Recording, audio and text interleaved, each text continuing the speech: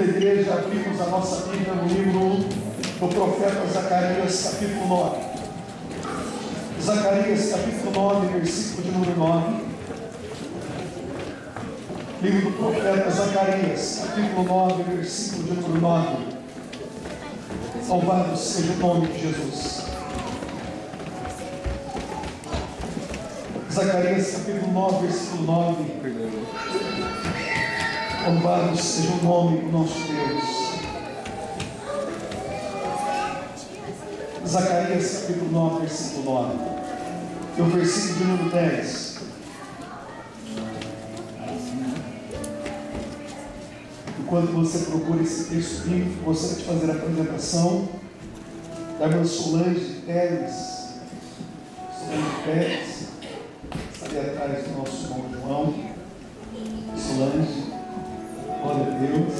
Como nós temos saudado a semana, seja bem-vinda em nome de Jesus. Deus abençoe a Solange. Aleluia, uma alegria ter a senhora com todos. Livro do profeta Zacarias, capítulo 9, versículo 9 e versículo 10. Diz assim: Alegra-te muito, ó filha de Sião, exulta, ó filha de Jerusalém. Eis que o teu rei virá a ti, justo e salvador, pobre e montado sobre um jumento, sobre um asno, filho de jumento. E destruirei os carros de Efraim e os cavalos de Jerusalém, e o arco de guerra será destruído, e ele anunciará paz às nações. E o seu domínio se estenderá de um mar, e o seu domínio se estenderá de um mar a outro mar, e desde o rio até as extremidades da terra. Eu convido você para abrirmos um outro texto, no Novo Testamento, Hebreus, capítulo 9. Hebreus, capítulo 9, por favor. E versículo de número 28. Hebreus, capítulo 9, verso 28.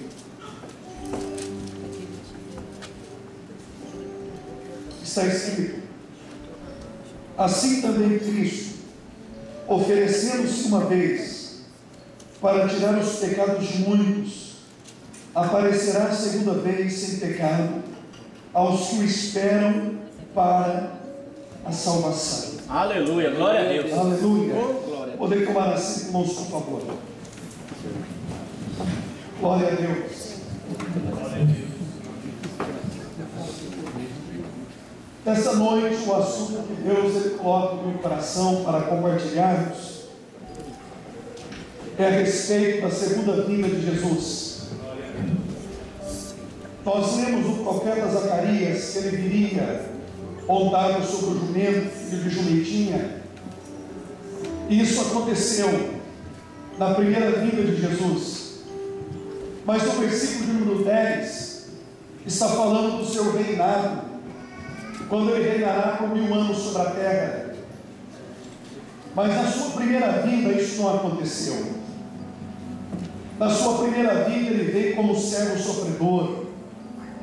Ele veio para ser o sacrifício pelos nossos pecados.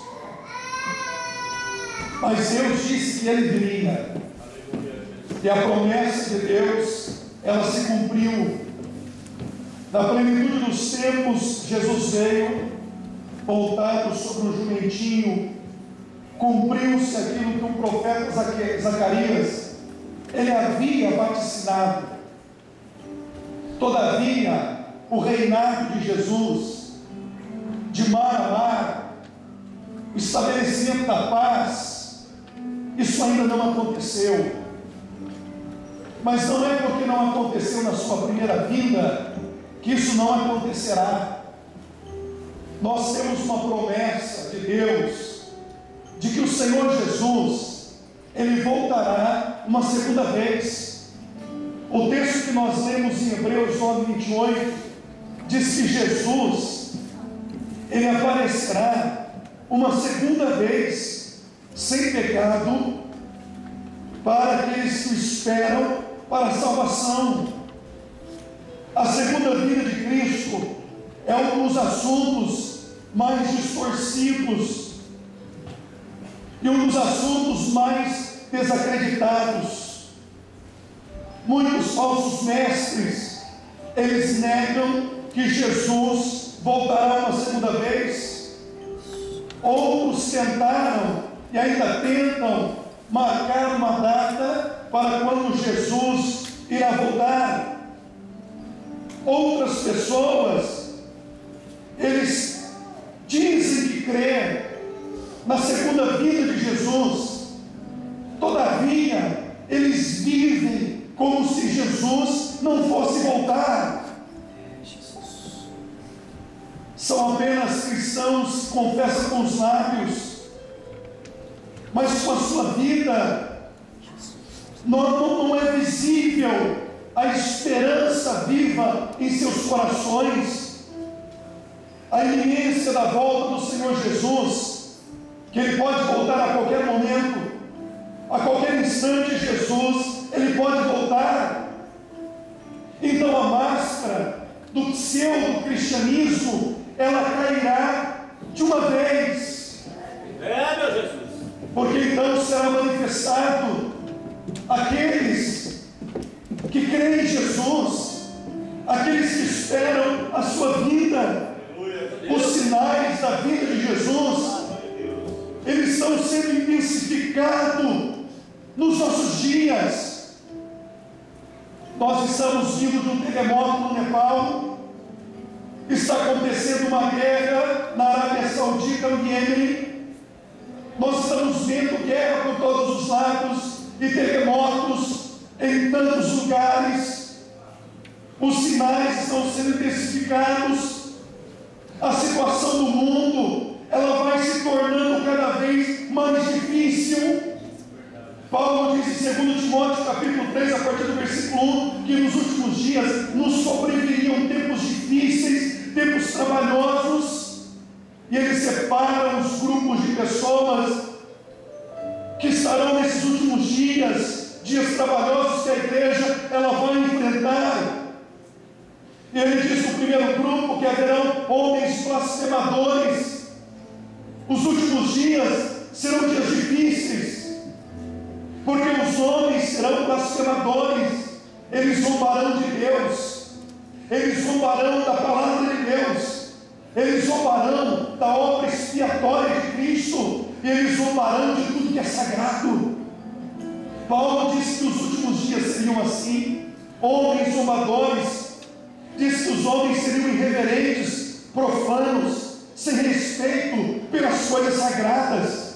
A família é uma instituição divina, portanto ela é sagrada.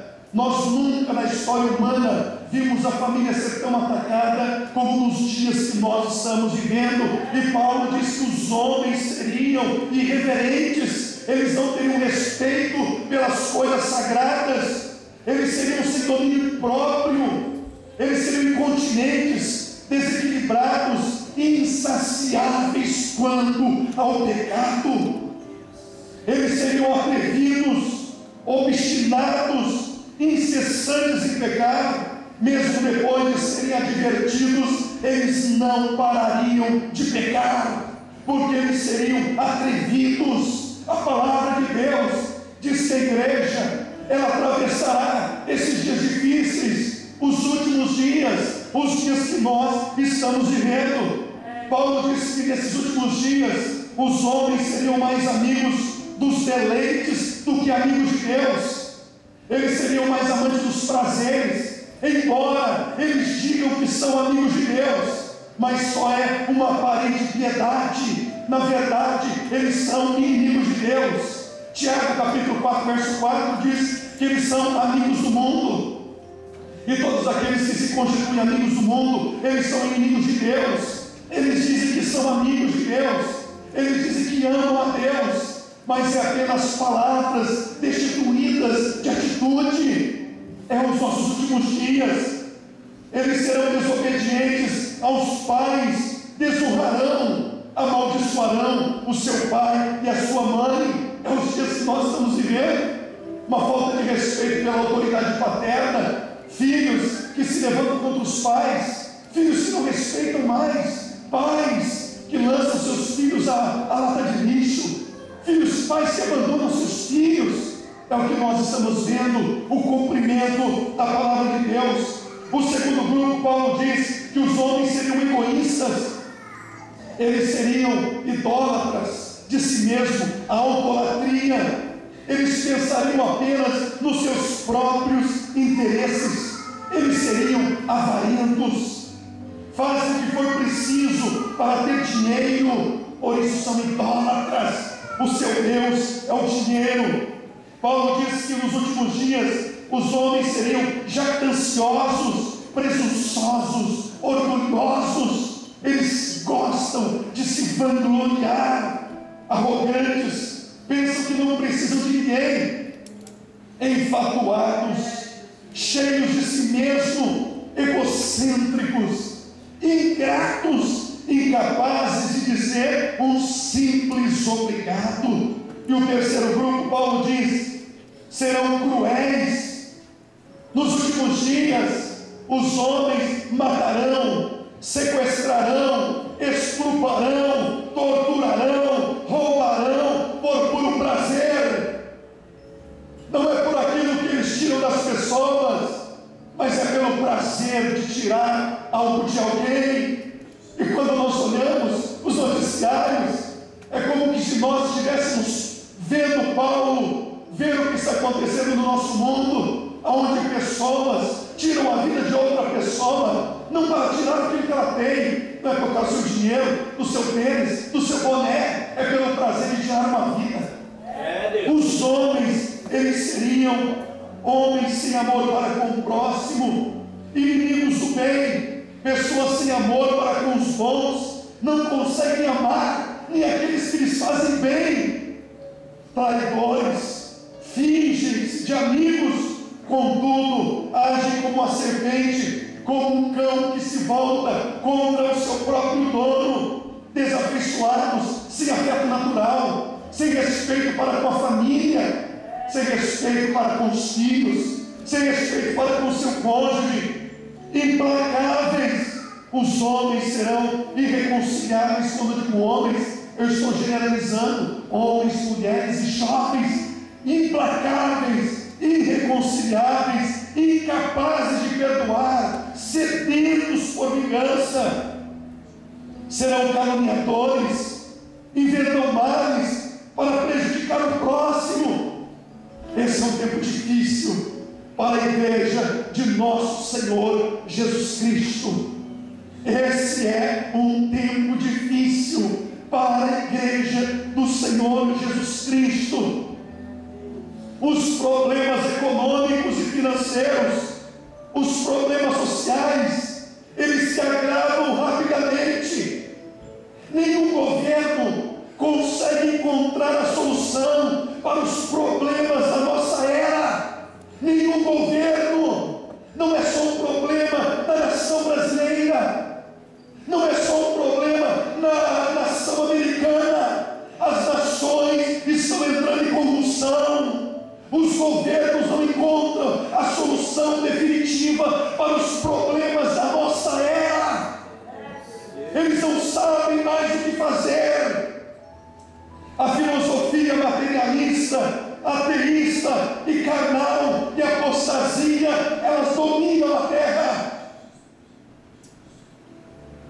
O mundo já está preparado pela nova era, para o governo do futuro governador mundial, o anticristo. O cenário está montado para receber aquele que virá, não o Senhor Jesus, mas o anticristo.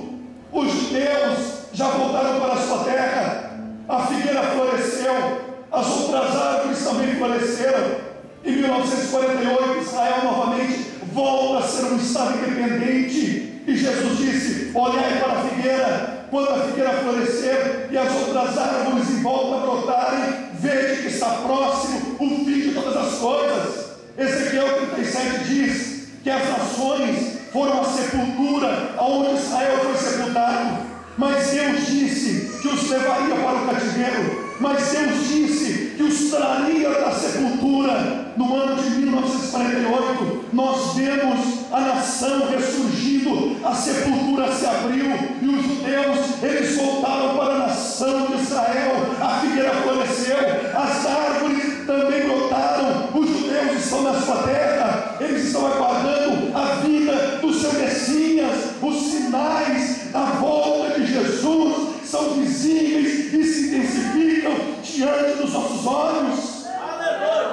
Os acontecimentos mundiais se precipitam rapidamente para a batalha do Armagedon.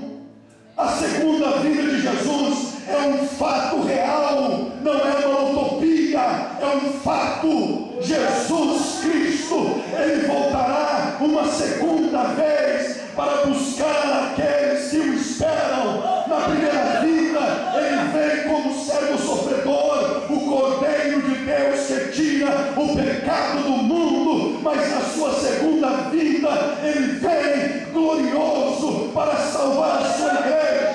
A vinda de Jesus Cristo, uma segunda vez, é um fato real, diz a palavra de Deus. Assim também Cristo, oferecendo-se uma vez para tirar os pecados de muitos, aparecerá a segunda vez sem pecado aos que esperam para a salvação. Hebreus 10:37. Porque ainda um pouquinho de tempo, e o que há de vir virá e não tardará. Aleluia!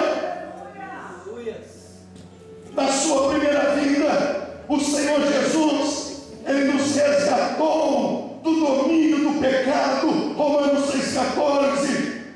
Como nesses dias nós ouvimos a palavra, nós não estamos mais à espera do domínio do pecado, porque Jesus nos resgatou. Na sua primeira vinda, Jesus ressuscitou para a nossa justificação. Na sua primeira vinda, em Mateus 16:18, Ele disse que edificaria a sua igreja e as portas do inferno não prevaleceriam contra ela. Em Atos dos Apóstolos, na sua ascensão, Ele prometeu que voltará uma segunda vez. Aleluia! 1 Tessalonicenses 4:16-17, há uma promessa de que Ele voltará. E depois da sua volta, a terra entrará num colapso. É como se ela estivesse embriagada. Serão 7 anos de uma grande tribulação, tal qual nunca houve na história humana. E depois da grande tribulação, então Jesus instaurará o milênio. Na primeira vinda, Ele vem montado sobre um jumentinho. Na segunda vinda, Ele vem como Rei dos Reis e Senhor dos Senhores. Aleluia! E estabelece o milênio. De mar a mar haverá paz. Aleluia! Falou-se em toda a Bíblia acerca da volta de Jesus. A sua segunda vinda não é uma doutrina nossa, não é um dogma nosso, está na palavra de Deus. É a bendita esperança da igreja do Senhor Jesus. Os dias ficarão mais difíceis à medida que nós nos aproximamos do segundo advento da vida de Jesus. Mas nós temos uma esperança que é bendita, a volta do Senhor Jesus. Em João capítulo 14, verso 3, Jesus, Ele prometeu que Ele voltará uma segunda vez. Os anjos, em Atos 1:10, afirmaram que Jesus, Ele voltará. E os anjos de Deus não mentem. Os santos escritores, movidos pelo Espírito Santo, eles afirmaram que Jesus, Ele voltará uma segunda vez. Glória a Deus.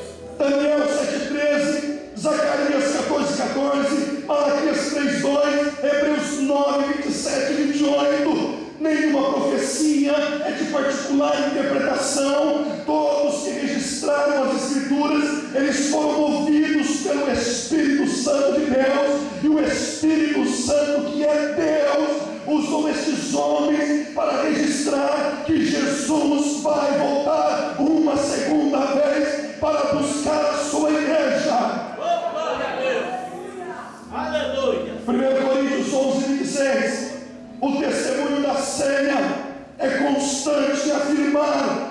Jesus voltará para buscar os seus.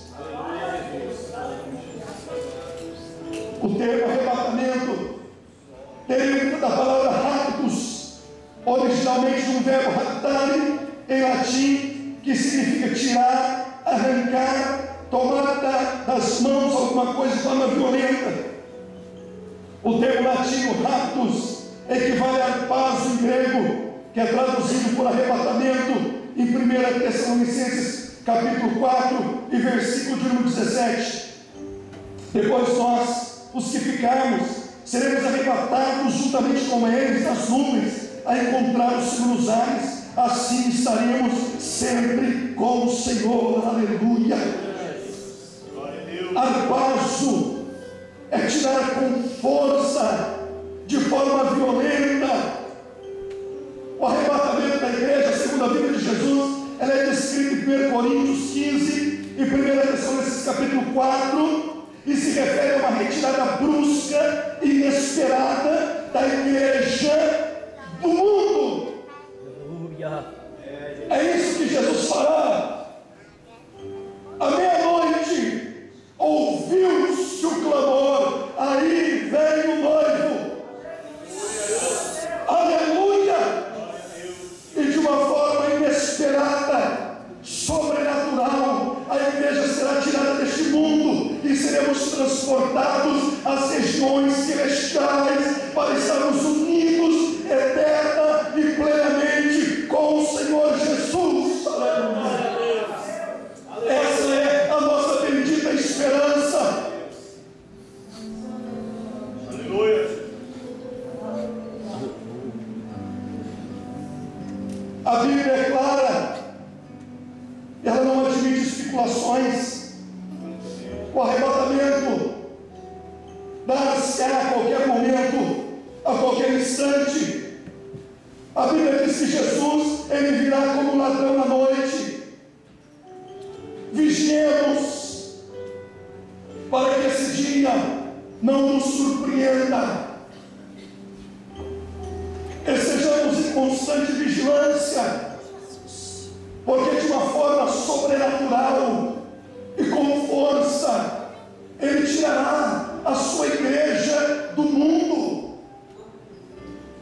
Estamos enfrentando dias trabalhosos, estamos enfrentando aflições, mas temos uma viva esperança de que o Senhor Jesus, ele voltará a qualquer instante para buscar aqueles que o estão esperando. Aleluia.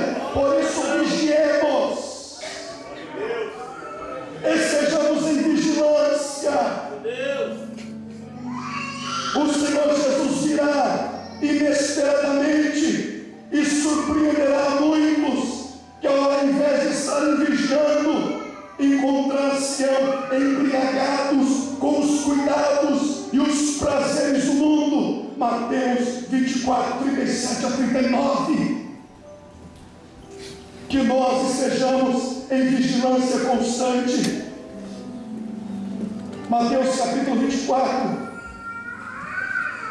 versículo 37 a 39. E como foi nos dias de Noé, assim será também a vida do Filho do Homem. Porquanto assim como nos dias anteriores ao dilúvio, comiam, bebiam, casavam e davam-se casamento, até o dia que Noé entrou na arca, e não perceberam até que viu o dilúvio e os levou a todos, assim será também a vinda do Filho do Homem. Nos dias de Noé prevalecia o materialismo, é o que nós vemos nos nossos dias. Noé construiu aquela grande embarcação, e os seus contemporâneos não atentaram para aquilo que ele fazia, o pregoeiro da justiça. Eles estavam distantes e se preocupando apenas com o lado material. Era materialista. E os homens continuam fazendo planos somente para aumentar seu patrimônio. Essa é a preocupação dos homens. Como nós podemos aumentar o nosso patrimônio?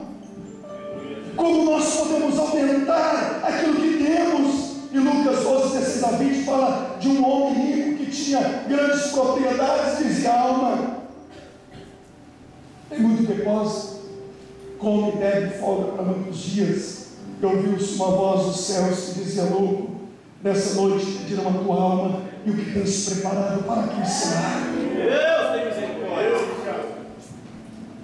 Não conseguem pensar nas coisas de cima, como Paulo disse em Colossenses 3:1: vós que ressuscitaste com Cristo, buscai as coisas do alto, pensai nas coisas do alto, as coisas que são relativas ao reino de Deus. Mas Jesus disse que os dias anteriores à sua vida seriam como os dias de Noé, e os dias de Noé os homens eram materialistas, eles só pensavam em como adquirir coisas. E os nossos dias, os homens só se preocupam em adquirir coisas, e mais coisas, e mais coisas. E a palavra do Senhor, ela nos admoesta a nós nos guardarmos da avareza, e nós nos contentarmos com aquilo que temos, tendo o que beber, e o que comer, e o que vestir, e sejamos com isso contentes, porque nada nós trouxemos para este mundo, e nada nós vamos levar deste mundo.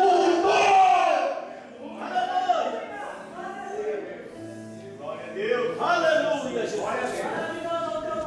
Glória a Deus. Olha, por exemplo, nas pirâmides, os grandes sarcófagos dos faraós, que se autodenominavam a divindade, instalaram seus ouros. E Paulo diz que nós não trouxemos e não levaremos absolutamente nada, tendo que comer e tendo que beber o que vestir, e sejamos com isso contentes, porque o amor ao dinheiro é a raiz de todos os males. E nos últimos dias Jesus disse que os homens seriam semelhantes aos dias de Noé, materialistas, seriam indiferentes. Imagine Noé construindo aproximadamente 120 anos. Deus deu um tempo para que aquela geração ela se arrependesse e cresce em Deus, mas nenhum deles se aperceberam, nenhum deles atentaram para aquilo que Deus estava fazendo. Apenas viu Noé como um velho ultrapassado e não se preparam, indiferentes. Não é o que nós estamos vendo hoje, uma indiferença em relação às coisas de Deus, uma indiferença. Jesus vai voltar, alright, Jesus está voltando, Jesus está às portas, ok, that's right, my brother, Jesus Cristo prometeu que virá arrebatar a igreja, ok, alô, quem está falando? Oh, estou mandando um guerreiro e sai no outro planeta. Irmãos, é um tempo de indiferença que Deus deve no foco do Espírito Santo em nossas vidas. Aleluia. Glória a Deus. A semana inteira você passa orando, você passa jejuando, você passa Deus me dá uma palavra, e todos aqueles que já pregaram sabem o desespero que é quando você não tem uma palavra de Deus para pregar. Você tem 66 livros, mas você não tem uma palavra. Você ora, você jejua, você humilha, você clama, você entra em aflição até que Deus dá uma palavra. Você então estuda, você busca, e quando você traz a palavra, as pessoas estão dormindo no seu banco e estão indiferentes para Deus.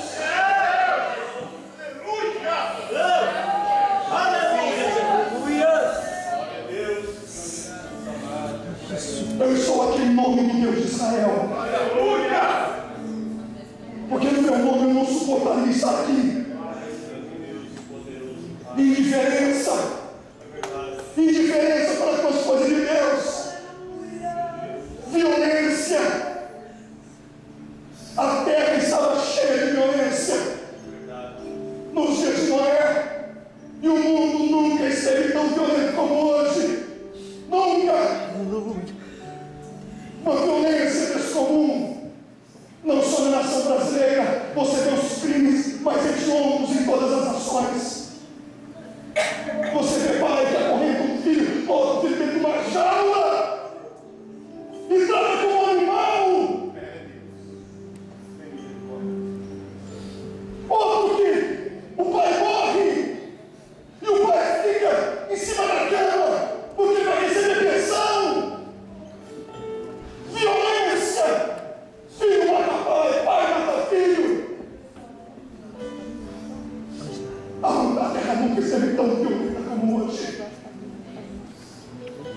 Jesus disse que todos estes são sinais que prenunciam que Ele vai voltar uma segunda vez para buscar aqueles que o esperam. Lucas capítulo 17, versículo número 26, fala dos dias de Noé. 17, 26. E como aconteceu nos dias de Noé, assim será também nos dias do Filho do Homem. Comiam, bebiam, casavam-se, casamento até o dia que não entrou na arca, e veio o dilúvio e consumiu a todos. Como também da mesma maneira aconteceu nos dias de Ló. Comiam, bebiam, compravam, vendiam, e plantavam e edificavam. Mas no dia que Ló saiu de Sodoma, choveu no céu fogo e enxofre, e consumiu a todos. Não é errado comer, beber, casar e dar em casamento. O errado é viver como se Jesus não fosse voltar. Meu Deus. Os dias de Ló predominavam o materialismo, a indiferença. Ló, ele estava tão aculturado que quando ele fala para os seus genros que Deus vai trazer um juízo sobre Sodoma e Gomorra, os seus genros fazem gracejo porque ele estava limpando. Seus genros não deram credibilidade.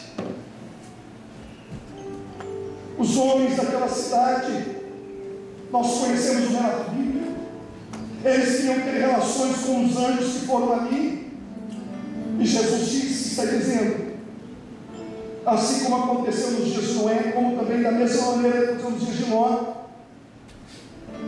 Os dias de Ló prevalecia a imoralidade, e nos nossos dias os homens são imorais. Eles são amantes do prazer ilícito, daquilo que é antinatural. Eles estão indo às ruas para promoverem a sua causa. Mas Jesus disse que, como foi nos dias de Noé, semelhantes seriam os dias de Ló. Amantes da imoralidade, daquilo que é antinatural.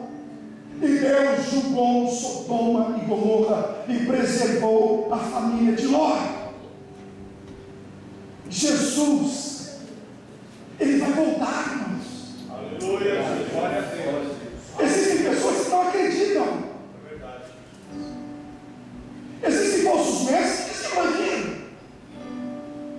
Mas Judas disse que esses não têm o Espírito Santo. Eles são sensuais e promovem divisões. Mas existem aqueles que dizem, eu creio que Jesus vai voltar.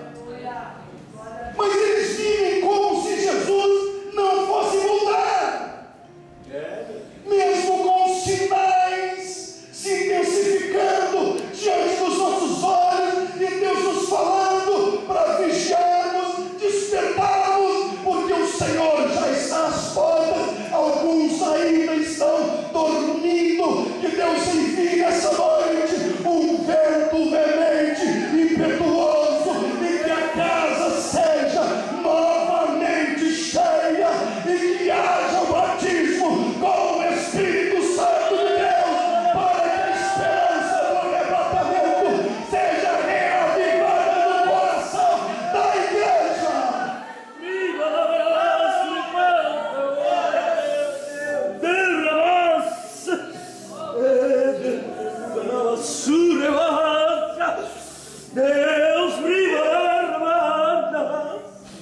Deus, Deus, Deus, glória, aleluia, meu Deus.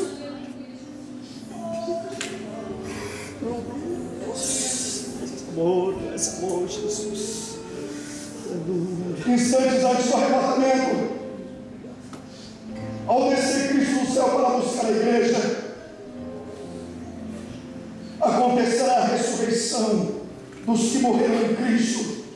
1 Tessalonicenses 4,16. Ao mesmo tempo em que ocorre a ressurreição dos mortos em Cristo, os crentes que estiverem vivos seremos transformados. Aleluia. Seus corpos serão revestidos da imortalidade, e tragada foi a morte pela vitória. E tudo isso acontecerá num instante, num abrir e fechar de olhos. 1 Coríntios capítulo 15 e versículo de número 52. A trombeta soa, os mortos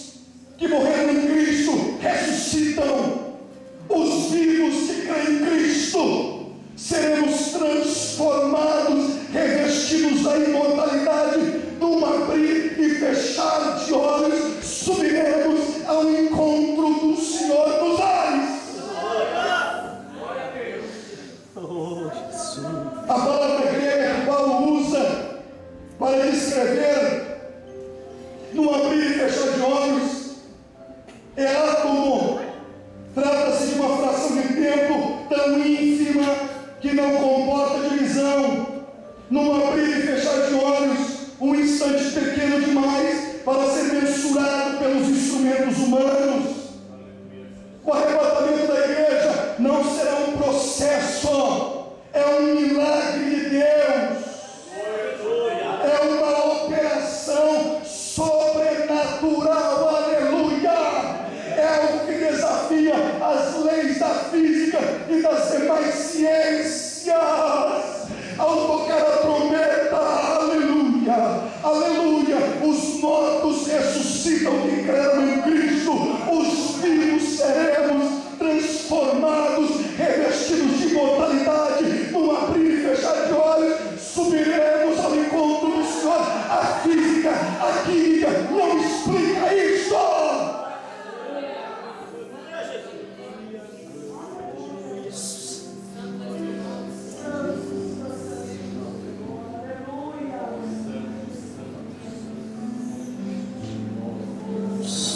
1 Tessalonicenses 4, 16 e 17, estaremos literalmente unidos a Cristo. Seremos então levados para a casa do Pai, como Jesus disse em João capítulo 14 e versículo 3: e se eu vos preparar lugar, virei outra vez e vos levarei para mim mesmo, para que onde estiver estejais vós também. Nós iremos para o lar, seremos levados para a casa, e nós nos reuniremos com aqueles que morreram em Cristo, os nossos entes queridos, e nós nos reconheceremos nos céus, e por toda uma eternidade adoraremos o Senhor Jesus. E então estaremos livres de todas as nossas aflições. Neste dia estaremos livres de todas as nossas aflições, segundo a palavra de Deus. Aleluia. Segundo Coríntios 5:4, porque temos também nós, os que estamos nesse tabernáculo, gememos, carregados, não porque queremos ser despidos, mas revestidos, para que o mortal seja absorvido pela vida, aleluia, livres de todas as aflições, estaremos livres de todas as opressões, glória a Deus, aleluia. Apocalipse capítulo 3, verso 10: como guardaste a palavra da minha paciência, também eu te guardarei da hora da tentação, que há de vir sobre todo o mundo, para tentar os que habitam na terra. Nós estaremos livres de toda perseguição, de toda opressão, aleluia. Estaremos livres do domínio do pecado e do reinado da morte. Onde está a morte, a tua vitória? Onde está pecado, o teu aguilhão? Porque em Cristo Jesus nós tivemos a nossa vitória e a glorificação do nosso corpo. Aleluia. O arrebatamento, ele nos livra da ira futura, a grande tribulação. Apocalipse capítulo 3, versículo 10: também eu te guardarei da hora da tentação, que há de vir sobre todo o mundo. Sobre todo o mundo não haverá um lugar onde as pessoas poderão se refugiar, porque sobre o mundo todo, sobre o mundo inteiro, virá um tempo qual nunca houve na história humana. Apocalipse diz que os homens, eles entrarão nas cavernas, eles subirão nos montes, eles procurarão a morte, mas a morte fugirá deles. Mas aqueles que creem em Jesus, aqueles que abriram seu coração, aqueles que estão vigilantes, aleluia, aleluia, o Espírito do Senhor está movendo nossos corações.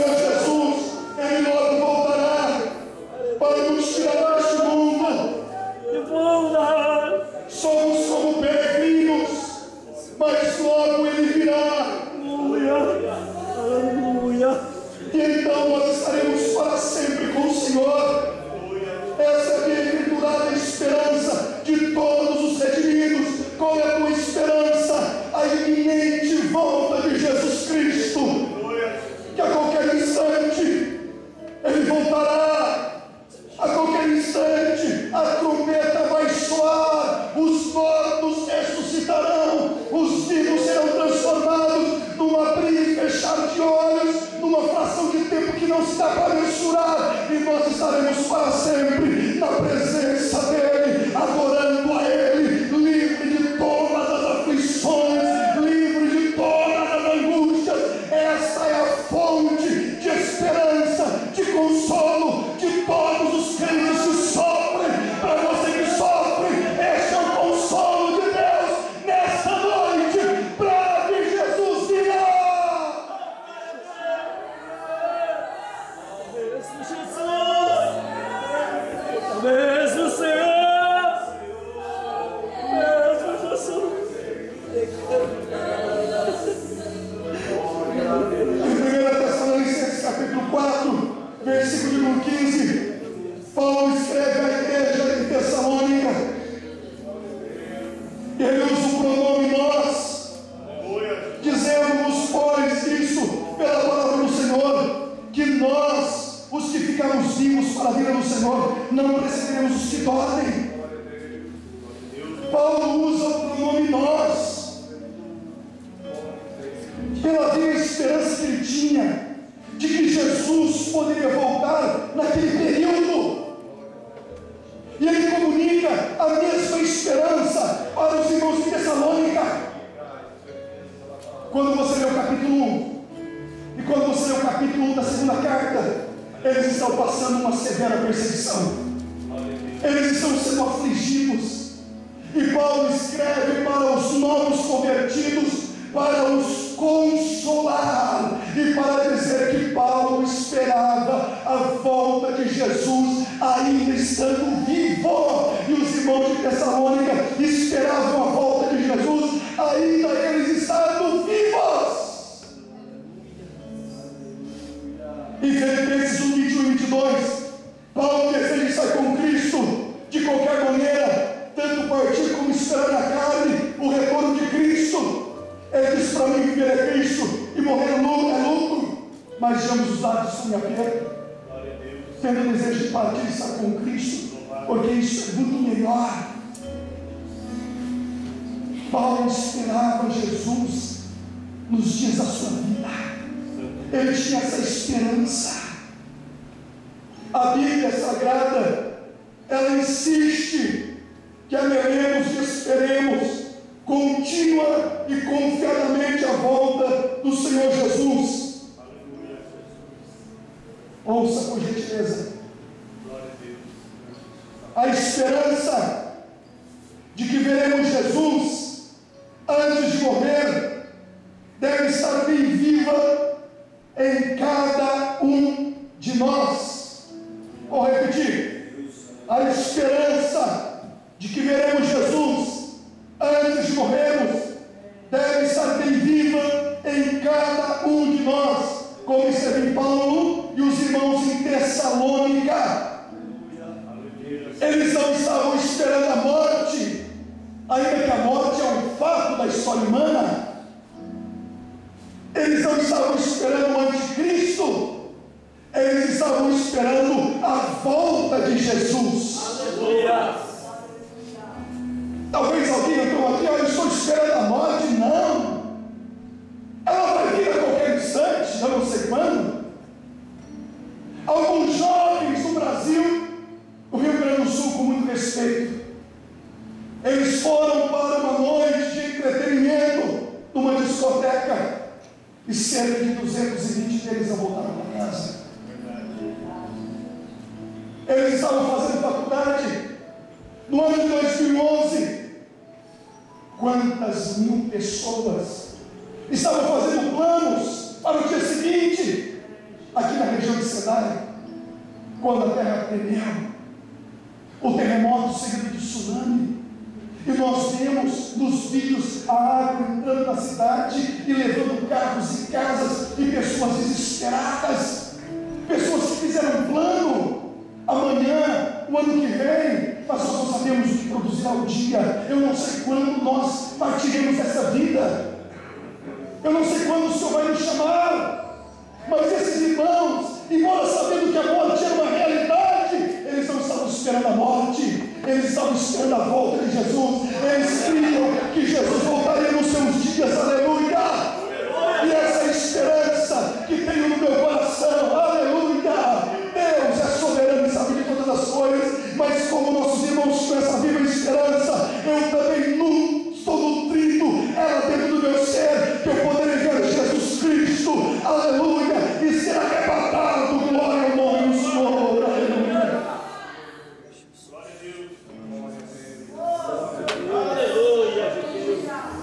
os que participarão do arrebatamento, irmãos, eu encerro.